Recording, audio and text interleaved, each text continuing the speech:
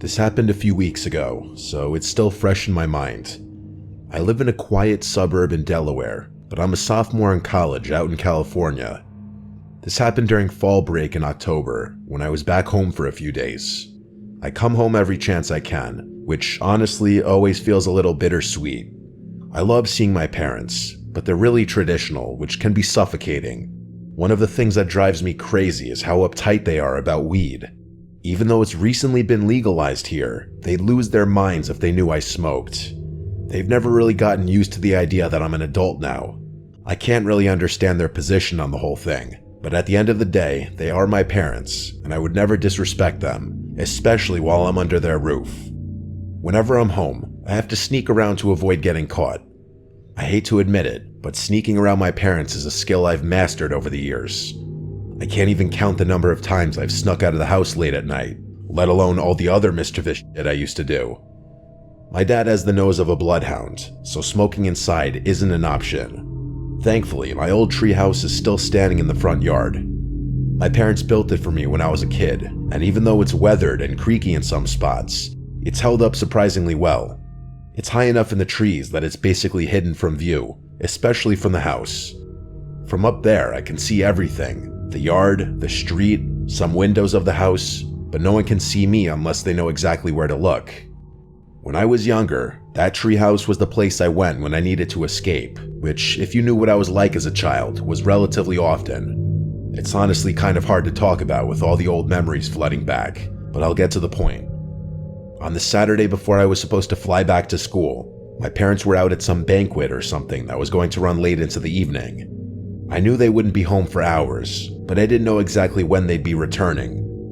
I didn't want to risk getting caught in the backyard, so I climbed up into the treehouse with my stash just to be safe. It was chilly out, and I could see my own breath in the air. I have this theory that cold weather induces more nostalgia, but that might just be me. It was quiet and peaceful up there, and it was nice being the only one around. I've always liked being up high too, so that definitely added to the experience. I watched the sunset as I thought about school, excited to go back. By the time I finished, it was mostly dark outside, meaning I had timed things just right. That's when I noticed it. As I was panning my eyes across the yard, a light turned on in the house. I froze, knowing I was the only one home. My heart started racing as I stared at the window, feeling that instinctual sense of fear that only arises from true danger. My field of vision began closing in around that single source of light, as if it were drawing me in. A few moments later, movement in the backyard snapped me out of my disassociative state. 3 hooded figures were circling the property, clearly trying to move quickly. My stomach dropped as I realized what was happening. I watched as the 3 figures moved to the front steps. That's when a 4th figure opened the door and let them in. My chest tightened as it hit me. My house was being robbed. I didn't know what to do, but I couldn't look away.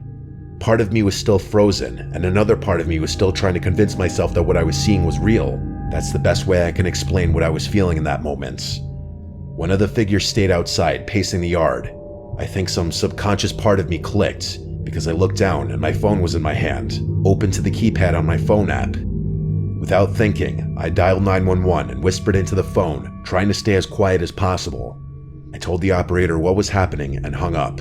But as I was putting my phone away, the light from the screen must have caught the guy's eye, because he whipped his head to look up into the trees. I ducked, but I was worried he had seen me.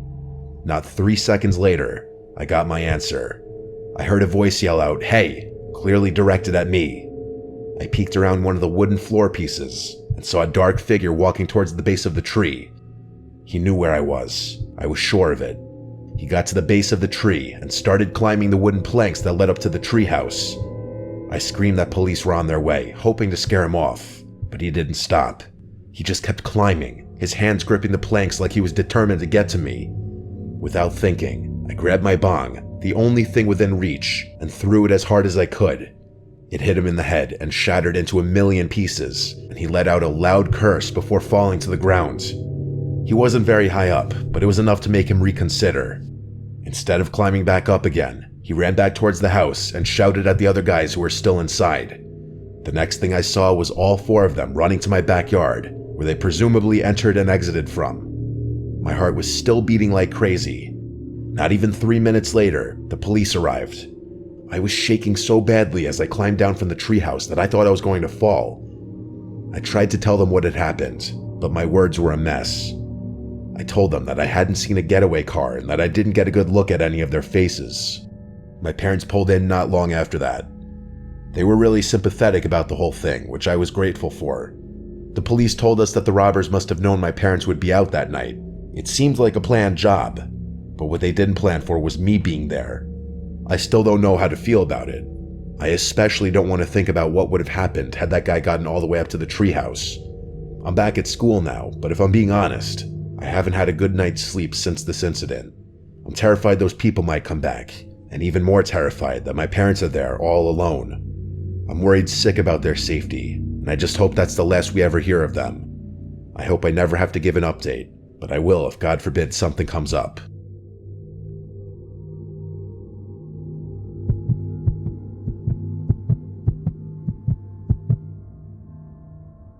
When I was a kid, I had a very nightmarish experience at my childhood home. My family moved to this house when I was like 4, so I really don't remember anything of the house we lived in when I was born. We lived in what I call my childhood house from when I was 4 to when I was 14, so exactly 10 years. I loved that house. I have very good memories from growing up there. We moved out of state when I was just beginning high school, which was a nightmare in of itself, but that's nothing to do with this story. In the backyard of my childhood home was a treehouse. It was built by the previous owner for his kids. Believe it or not, when my parents viewed the house, a major selling point was the kid-friendly nature of the house and the backyard for my older brother and I. My brother Kyle is 2 years older than me, so he was 6 when they bought the house. And my brother and I apparently were very excited over the treehouse aspect in the backyard, according to my parents. My brother and I would play in the treehouse with friends we'd made over the years. But as the years passed, I would stop playing in the treehouse like that at a certain age. By the age of 12, I was obviously not playing in the treehouse anymore, but I was admittedly a troublemaker around this age, and I would often get in trouble with my parents. I'd get grounded often, and in general I'd just throw a lot of temper tantrums and there would be a lot of yelling in the house. One weekend, my dad grounded me for a repeat complaint from my guidance counselor about my behavior and grades in school, and like an angsty, annoying preteen, I thought I hated my parents at that moment. That night, I refused to sleep in the house. I took a couple blankets and pillows and went outside to the treehouse to sleep up there. It wasn't the first time I'd done this, and my parents would know about it when I'd do it. They didn't care. It was my little way of rebelling. Little did my dad know that I had my Nintendo DS with me, even though I wasn't allowed to play video games or watch TV. I played Animal Crossing for literally hours before getting tired and eventually going to sleep, but I think I was only asleep for a few moments. I don't think I even entered REM sleep yet when I woke up to a voice from outside calling my name. Tommy. Tommy. I was still confused as I was waking back up. It could have been my dad's voice. Tommy, are you up there? The voice said. All I remember is it being a deep, grown man's voice. I didn't reply. My heart started to race for some reason. I heard the steps of the ladder squeaking as someone was coming up. And then, in the near pitch black darkness, I saw someone poke their head through the opening in the floor. I couldn't see their face. I just saw the shadow of the outline of their head.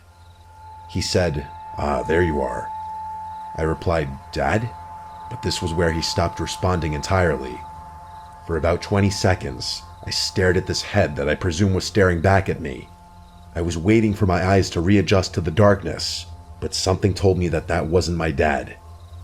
I stood up and went to the window of the treehouse and started screaming Dad as loud as I could. I saw the light in my parents' room turn on, and I also heard footsteps hurrying down the ladder to the treehouse. Moments later, my parents burst outside through the back door, and my dad swore to me that he wasn't out there playing a prank on me. My parents believed me. It wasn't like some stupid horror movie where the parents don't believe a word the kid says. My uncle was still an active cop at the time, and so my dad called him for advice, and my uncle made a report on the incident the next day. Not much information I could give besides I heard a deep man's voice and saw the outline of his head, and that he knew my name.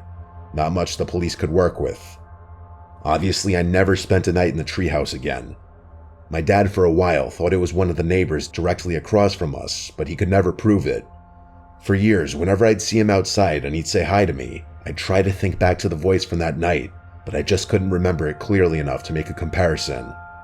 It still remains a very unsettling mystery in the back of my mind.